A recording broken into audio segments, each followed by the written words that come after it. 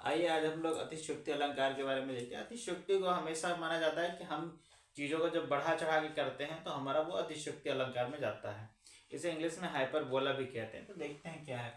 जब किसी बात का वर्णन बहुत अधिक बढ़ा चढ़ा कर किया जाता है तो वहां पे अतिशयोक्ति अलंकार होता है। मतलब इतना ज़्यादा बढ़ा चढ़ा के कह देना कि चीज़ें जो है वो एकदम बिल्कुल बहुत बड़ी बड़ी लगने लग जाए, तो यह हमारा वहाँ अतिशयोक्ति अलंकार होता है। जैसे उदाहरण देखेंगे, हनुमान के पुष्प में लग न पाया, सारी लंका जर गए निशाचर भाग। ये हनुमान जी के संदर्भ में लंका कांड के समय है, मतलब जिस समय लंका में हनुमान जी ने लंका दहन किया था।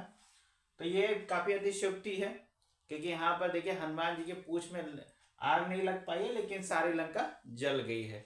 तो यहाँ पर क्या है, बहुत बढ़ा चढ़ा कर लंका दहन का वर्णन किया गया, इसलिए यहाँ पर क्या है, अतिशयोक्ति अलंकार है। दूसरा देखेंगे, आगे नदियां पड़ी अपार, घोड़ा कैसे उतरे पार, राणा ने सोचा उस पार, तब तक चेतक था उस पार। तो आप देख सकते हैं कि ये महाराणा प्रताप में हल्दी घाटी के युद्ध के समय का वर्णन है कि कैसे जो महाराणा प्रताप का जो चेतक घोड़ा था वो कितना फुर्तीला था, और जैसे ही जब तक राणा ने सोचा कि कैसे पार जाया जाए, तब तक चेतक जो था वो उछल के उस पार पहुंच चुका था। तो यानी एक तरह से ये अतिशयोक्ति है, काफी बढ़ा चढ़ा कर बताया गया है, इसलिए यहाँ पर अतिशयोक्ति अलंकार है।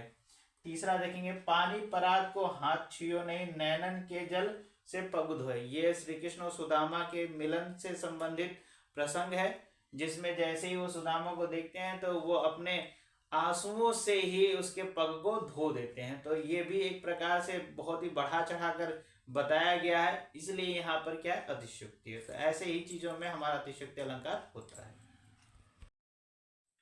आइए हम बात करेंगे अनुयुक्ति अलंकार के बारे में। अनुयुक्ति अलंकार होता क्या है, जहां किसी उक्ति के माध्यम से किसी अन्य को कोई बात कही जाए तो वहां पे अनुयुक्ति अलंकार होता है। यहाँ पे देखिए, जो हमारा ये अलंकार होता है ये किसी तीसरे के बारे में होता है।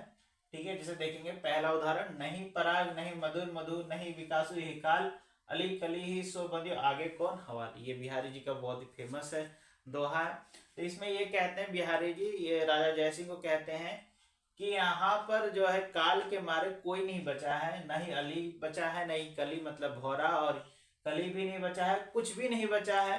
तो ये राजा जयसिंह को सतर्क करने के लिए उन्होंने ये लिखा था कि वो अपनी पत्नी के प्रेम में इतना न पड़ जाए कि वो राजकाज पे ध्यान न दे, क्योंकि ये काल के सामने कुछ भी शेष नहीं बचता है।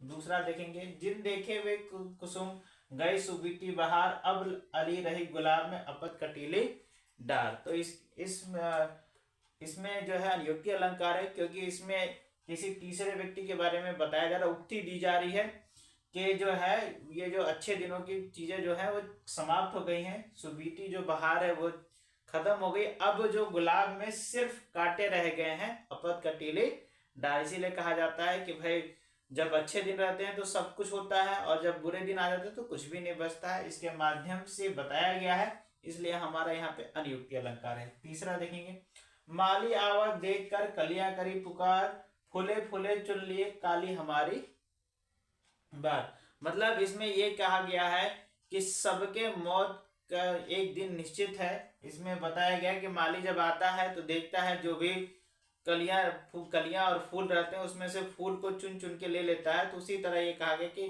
सबका एक दिन निश्चित है, जब जिसकी बारी आएगी भगवान उसे अपने पास बुला लेंगे। यहाँ मौत के बारे में बताया गया है, तो यहाँ पर एक मौत के बारे में उक्ति बताई गई, इसलिए यहाँ पर क्या अनुयुक्ति है। तो इसी तरह हम देखते हैं कि किसी को उक्ति के माध्यम से किसी को संदेश देना रहता है या कोई बात कही जाती है, तो वहां पे अनुयुक्ति अलंकार होता है।